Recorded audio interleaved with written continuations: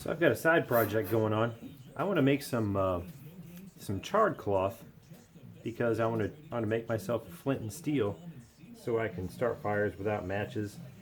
But I used to be a Boy Scout, and the idea of starting fires without matches and lighters and stuff has always kind of fascinated me. And I've learned a few ways.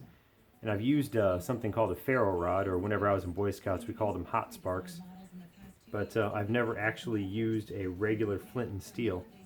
And it seems that the consensus is to have some charred cloth in order to catch that spark from the flint and steel. So I'm going to go ahead and make some. And so I've got a tin right here, from my dog's flea collar that I have, and I have an old T-shirt. I'm going to cut this T-shirt into some pieces. I've never done this before. This is a complete learning opportunity.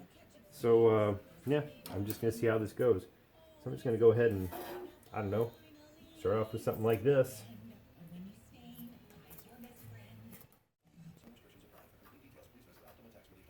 I think we're going to start with that. I don't want to get crazy this first time. So I'm going to go ahead and put the lid on that. I've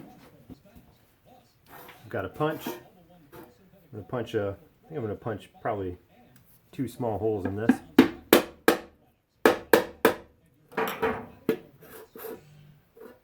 Or 1. Oh, that did. Okay, good. I can still get my lid back on. Yeah, we'll stick with 1. Okay. So now, I'm going to go ahead and take this, and I got a fire going over here.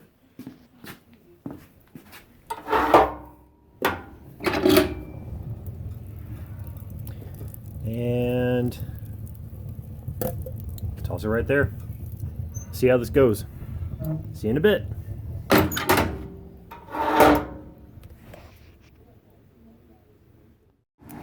going to go ahead and check on this char cloth. It's probably been about 5 or 6 minutes. Hopefully I got a little bit of smoke coming out of that hole. Yeah. Okay, see right there? See the hole in the corner where the flame is coming out of? That's what we want to see. Okay? So this is good. We'll give it a little bit more time.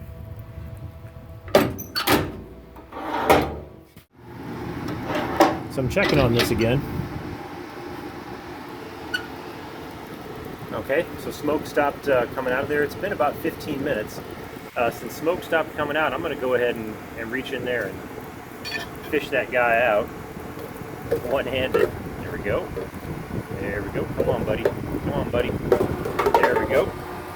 We're just going to let that guy sit there for a little bit. Probably flip it over. Let it rest on the concrete there. And whenever that completely cools, then I'm going to go ahead and open it up and see how well we did. Alright? I grabbed myself a glove.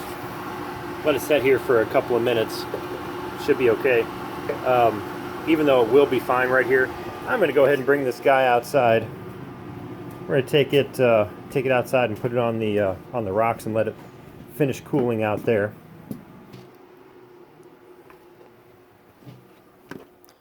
It's nice and chilly out here.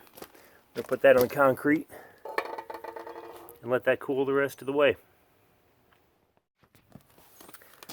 So it's been about 10 minutes.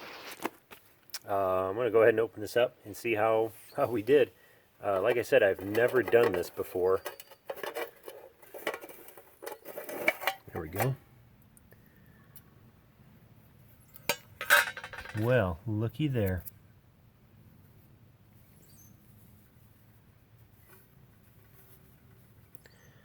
That does not look bad at all.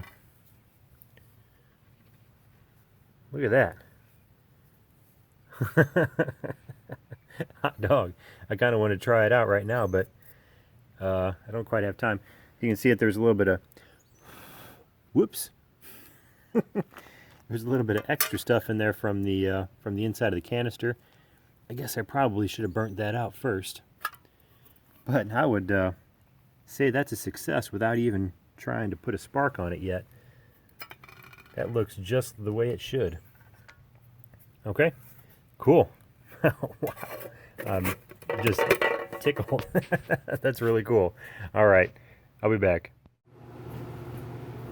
So I dug this old file out of my pile of files, and I'm going to use this to make the steel for my flint and steel. In a grand twist of irony, the name of this file, or the brand name of this file, is Flint. It says it right there. I'm going to try and leave that on there. So my goal is to cut the file off probably about right here. Maybe, I don't know, maybe a little bit longer. That way I can probably get two steels out of this that I can use for the flint and steel. Now right here I found a piece of, this is not flint. I think it's a type of chert, but it doesn't. You don't have to use flint. You can use anything that's going to be harder than the steel you're working with. All it has to be able to do is to be able to shave the steel off of the side of your steel and create a spark. So any rock that's harder than your steel will work. Now the other thing is that it has to have a bit of a sharp edge. I took this rock and I smashed it a couple times to expose a few sharp edges on it. This is one right here that I was using, and it seemed to work pretty well. So just to show you, I'm going to turn the light off here in just a second, but just to show you that this actually will work, I tested it out before I started this, just to show you that it will work. I'm going to go ahead and turn the light off. Hopefully you can see a couple of sparks come off of this thing. So I'm going to take the file, and here's my rock. Oh, there's one. Hopefully you guys can see that.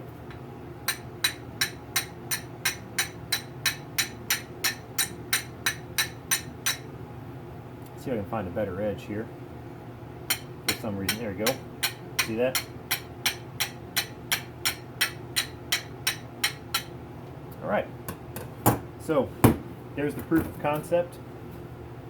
And the next step, I'm going to go ahead and cut this off right here and clean this up and